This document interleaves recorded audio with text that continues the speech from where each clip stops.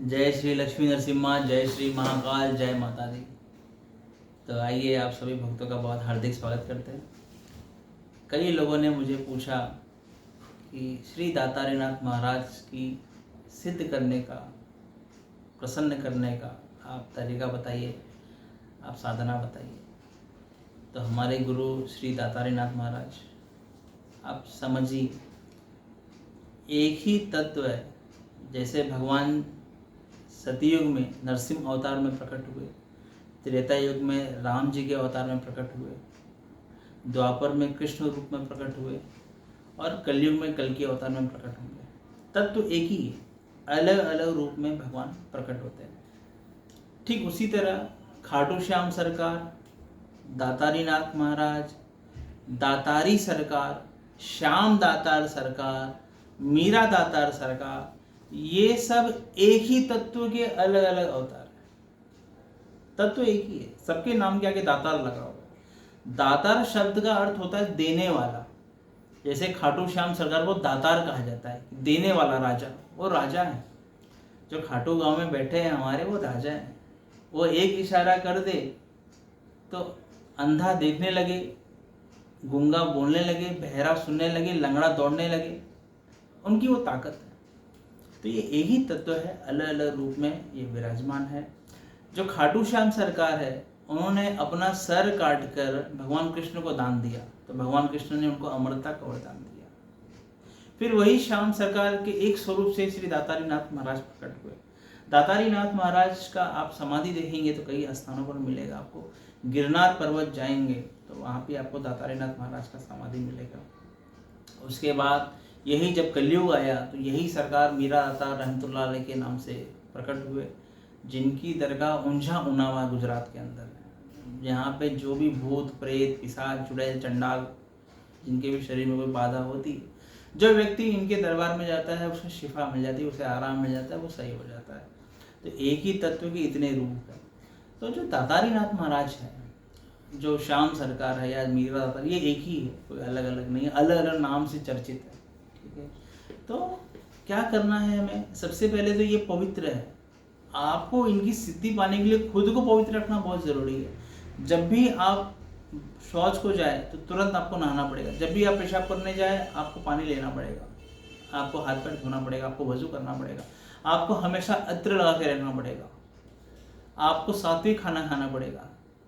आपके खाने में कांदा, लहसुन, दारू, मटन, मुर्गा, मच्छी, अंडा कुछ नहीं चलता है, क्योंकि ये सात्विक बुजुर्ग है। दूसरी बात, आप जब भी इनकी साधना करेंगे तो आप किसी औरत के हाथ का खाना ना खाइए, या चलो मान लो खाना ही खा रहे तो वो औरत पूर्ण रूप से पवित्र होना चाहिए, रजस्वला नहीं होनी चाहिए। जिनके ऊपर बुजुर्ग की सवारी होती है, माताओं की सवारी होती है, देवताओं की सवारी होती है, वलियों की सवारी होती है, ऐसे व्यक्ति को बहुत ही पवित्र होना पड़ता है।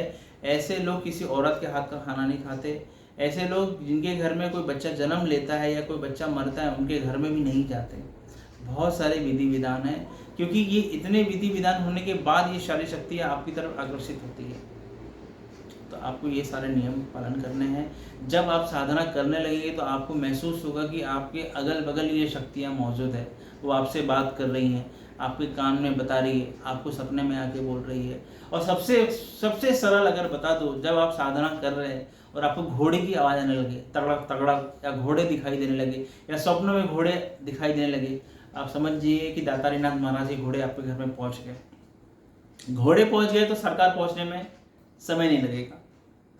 और सबसे सरल है, आप नहा धो के भगवा कपड़ा पहन के आसन बिछा के ओम श्री दातारीनाथाय नमः इस मंत्र का जाप कीजिए।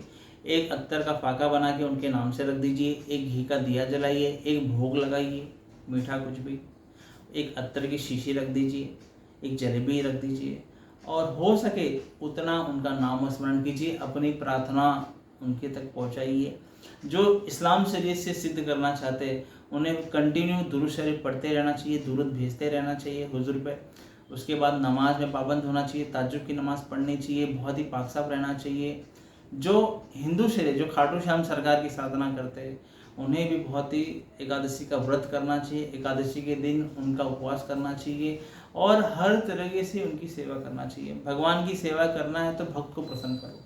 खाटू श्याम सरकार को सेवा करना, दातारीनाथ महाराज की सेवा करना है, नवनाथों की सेवा करना है, तो जो उनके मंदिर है, जो उनकी खानका है, उनके जहाँ पे जाके आप सेवा कीजिए, लंगर कीजिए, उन्हें चादर चढ़ाइए, उन्हें भोग दीजिए, उन्हें आरती कीजिए, उन्हें पूजा कीजिए।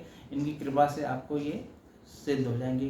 कौन सुगाज कठिन जग माही, जो नहीं होए ताक तुम पाई। रामचरितमानस में गोस्वामी तुलसीदास जी कहते हैं कि ऐसा कौन सा कार्य है जो भगवान नहीं कर सकते, हनुमान जी नहीं कर सकते।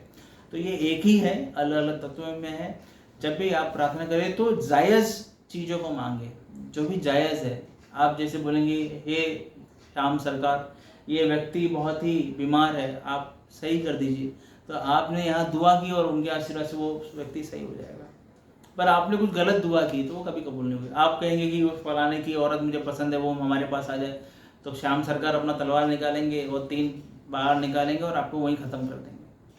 तो इतना याद रखिए कि मर्यादा है, शक्तियों की मर्यादा है। मर्यादा में रह के अगर आप मांगेंगे तो आपको ये इतना देंगे कि आप त्रिभुवन को खिला सकते, त्रिभुवन का मंगल कर सकते हैं। इतना इनके अंदर शक्ति है। तो आप सभी से निवेदन है, आप श्री दातारीनाथ महाराज की सेवा करें, उनका नाम स्मरण करें। आप जिस भी तकलीफ में हो, जब आप उनका नाम स्मरण करेंगे, आप पाएंगे कोई ना कोई व्यक्ति अज्ञात रूप में आके आपकी सेवा कर रहा है, आपको तकलीफों से बाहर निकाल रहा है। जय माता दी, जय लक्ष्मी नरसिम्हा, जय श्री दातारीनाथ महाराज।